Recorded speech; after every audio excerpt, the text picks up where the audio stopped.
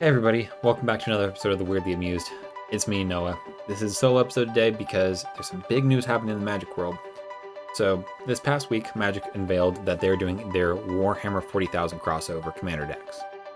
Now, I am super excited for this because I'm a huge MTG fan, obviously, and a huge 40k fan. Now, that being the case, a lot of people are saying, oh, these look really cool, but what is 40k? Today, we're here to talk about what 40k is and how it relates to Magic.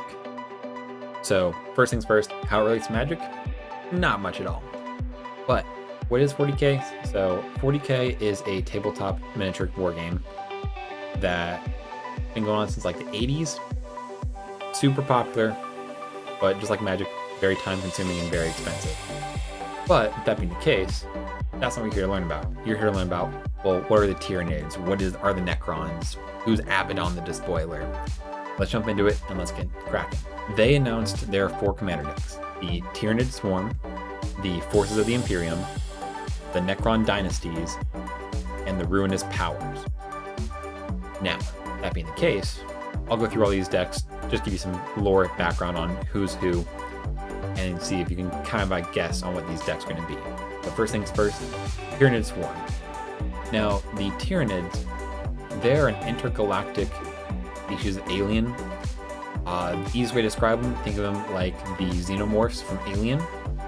Their whole thing is that they're here to eat any living being, from a blade of grass, to a mite, to a deer, to a person. Doesn't matter, they're eating it. They take that biomass, bring it back to the hive mind, because they're like ants, they're just one giant hive mind.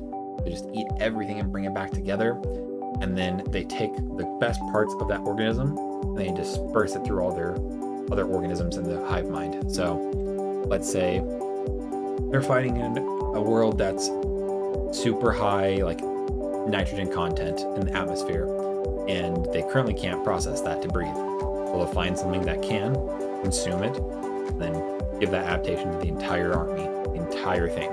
Great lore reasons for this. They're terrifying, they're awesome, but mechanically on the tabletop, they're more of a swarm army with a lot of big monsters as well.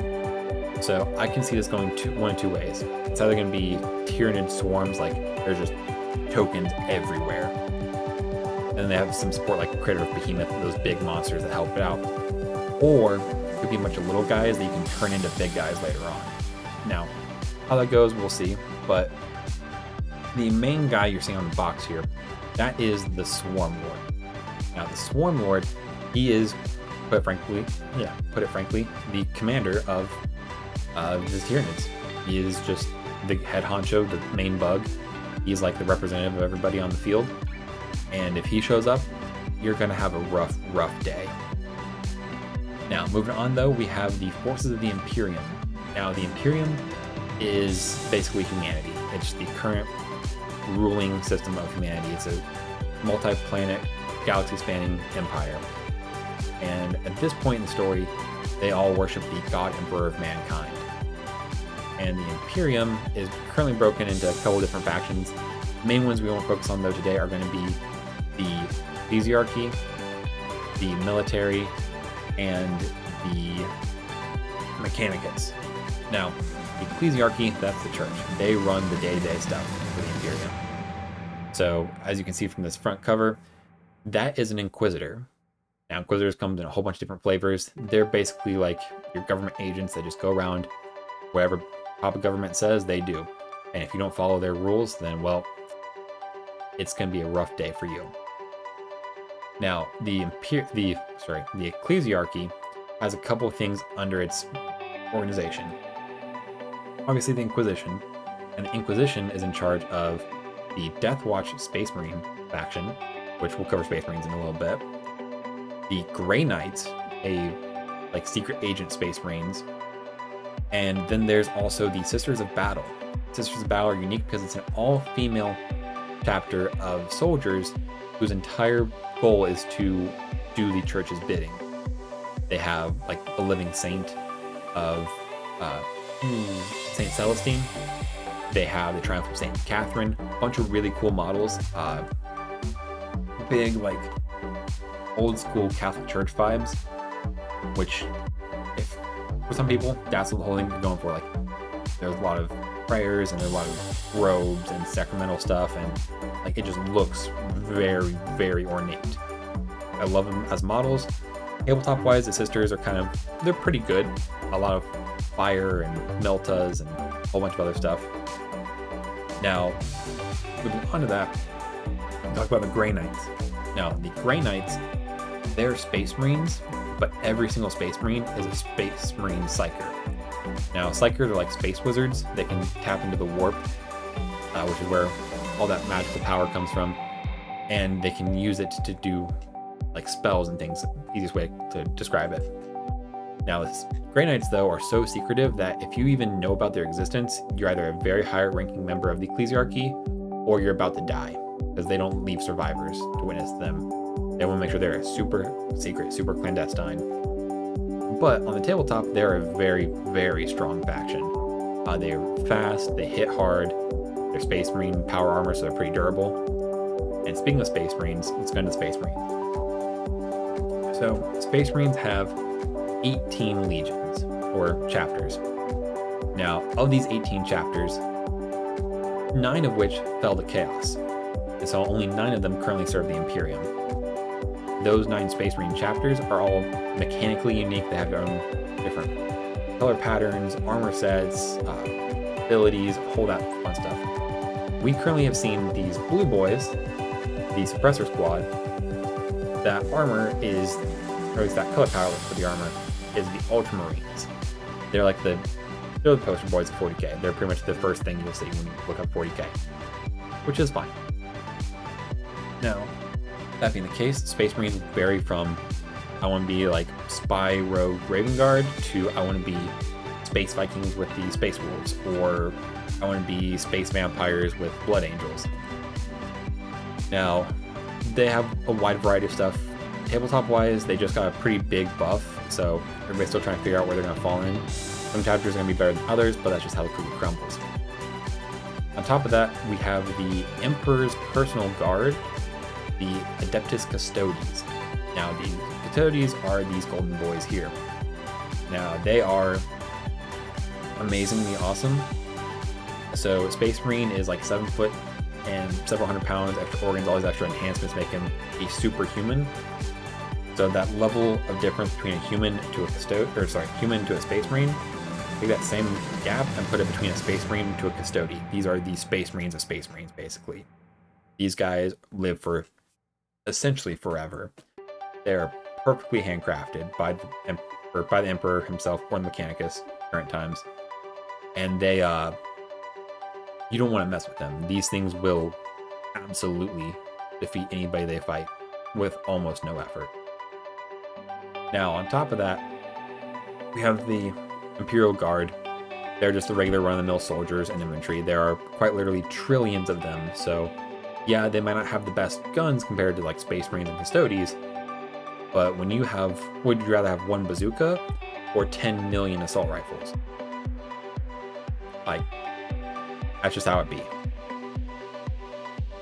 And then obviously there's the Mechanicum. Now, the Mechanicum, these are a little bit weird.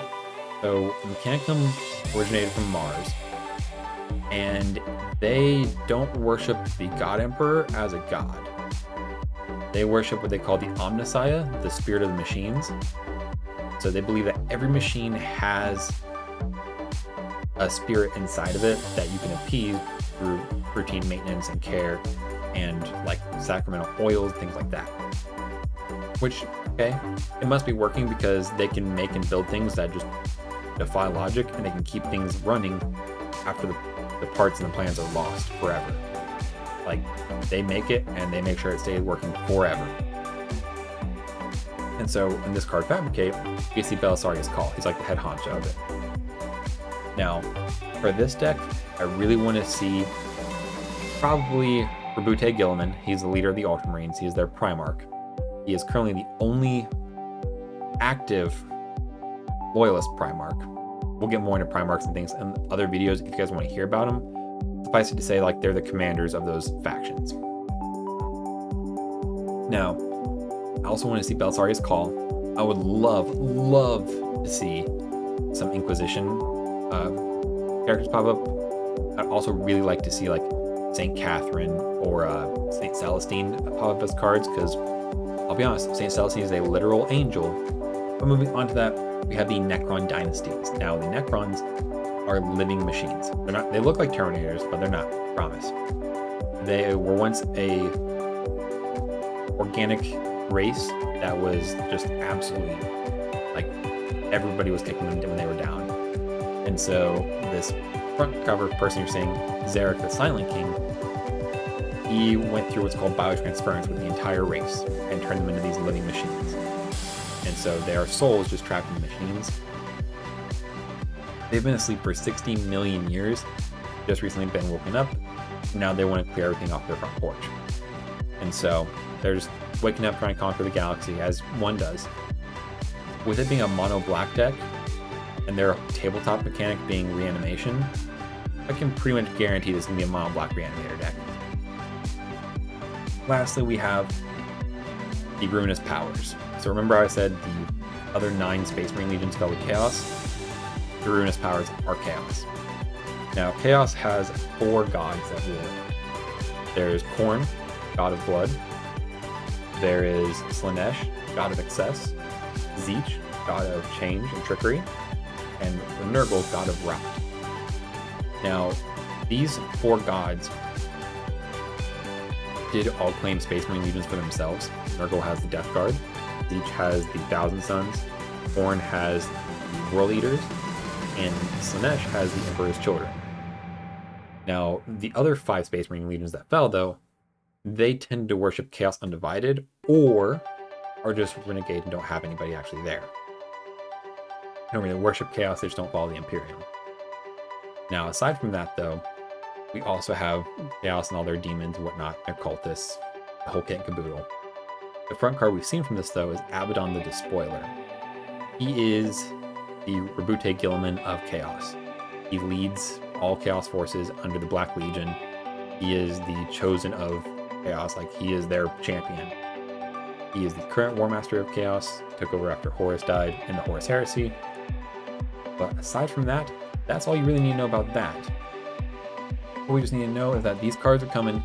They're going to be great. We're also getting secret layers for it, so if you don't see something spoiled in these decks, pull on for the secret layers. If you guys want to know more about Warhammer, we'll probably be putting out some more videos later on. But in the meantime, thank you all for watching. Have a wonderful day.